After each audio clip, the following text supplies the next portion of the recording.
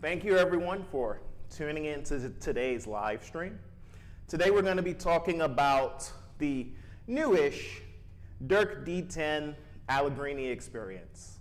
Now you've probably seen me do a video on this horn before, but that was before we had this performance hall. So I'm going to go through a lot of the horns that I've done before so that you can hear them in an environment where they were meant to be heard, rather than in my home office.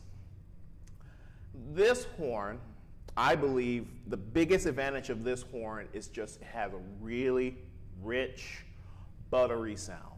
It is smooth and it is really easy to play. As you can see from the wrap here, it's not a traditional Geyer-style horn. It's modified a bit. And it's modified so that the air flows through the valves on the B flat and the F horn in the same direction, and they turn, and the air moves in the same direction as the valves turn. Now, for those Paxman fans out there, you'll know that the Merewether system used on their Paxman 20 and 25 model horns, along with some of their descants and triples, utilizes the same philosophy. So what you get is there is a lot of Paxman feeling in this horn as far as the smoothness of the slurs and the butteriness. However, it's not a Paxman, it's its own horn. And I really think this is one of the best horns that we have in the shop today.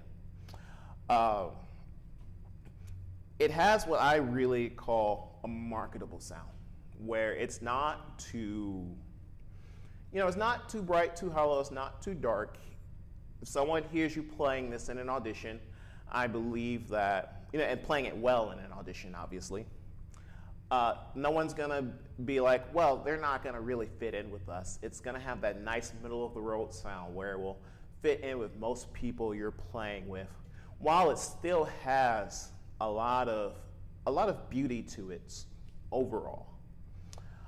Let me go through some of the stats of the horn.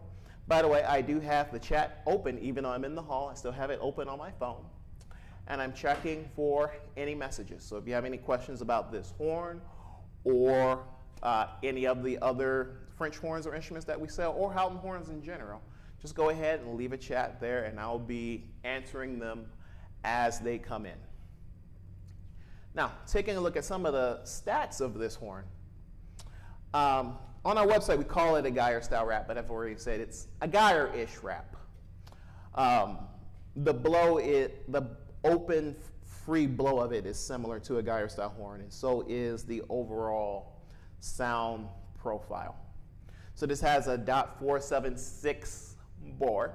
That's another thing that differentiates it from Paxman, which is using a 12mm bore, and 476 is 12.1.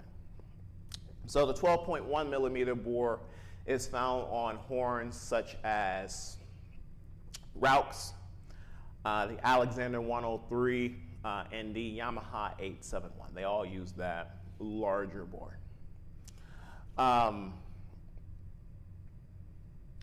The ergonomics of this, I believe, are excellent.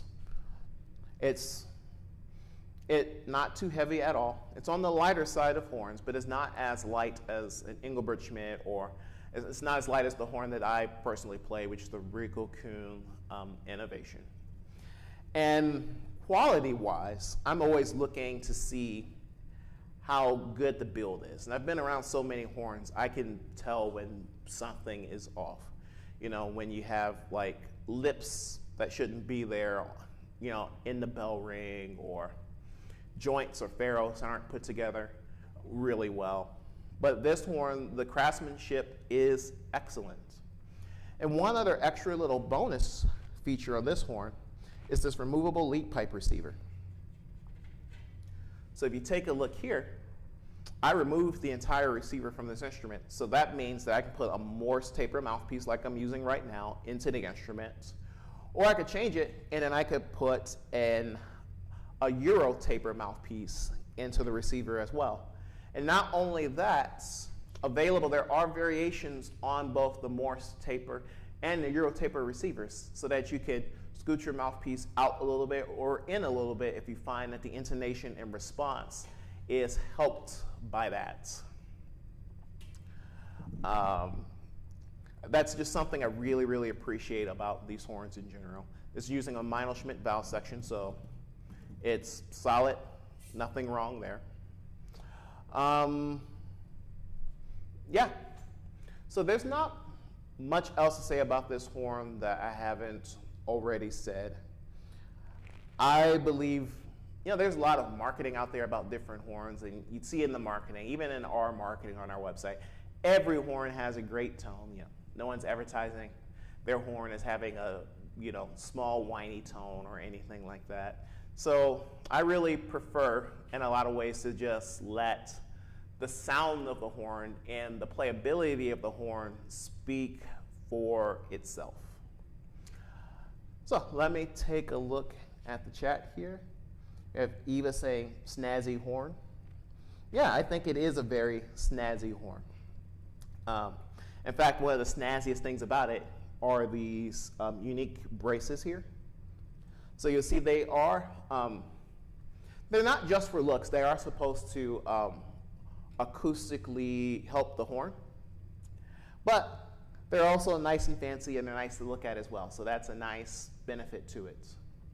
This weekend, I will be at the Southeast Horn Workshop in North Carolina.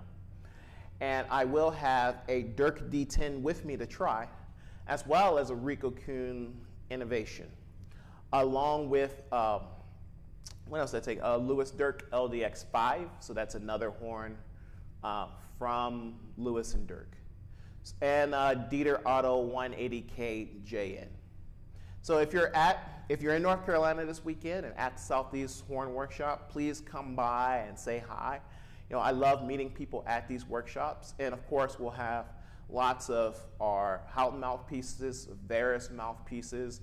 We'll have the Alpine mouthpieces there as well as a bunch of accessories such as brass witches and Visiers, which I need to make a video on Visiers. It's one of the best pedagogical devices that have come out in the past few years. But I don't have one with me, so I probably shouldn't even be mentioning it. But if you're at Southeast, you can come to the table and give it a try. Other than that, I don't see any other chats here. So thank you very much for joining me. Now that we're all moved in and settled into the building, I plan on making these live streams once again a regular occurrence. And I will see you later.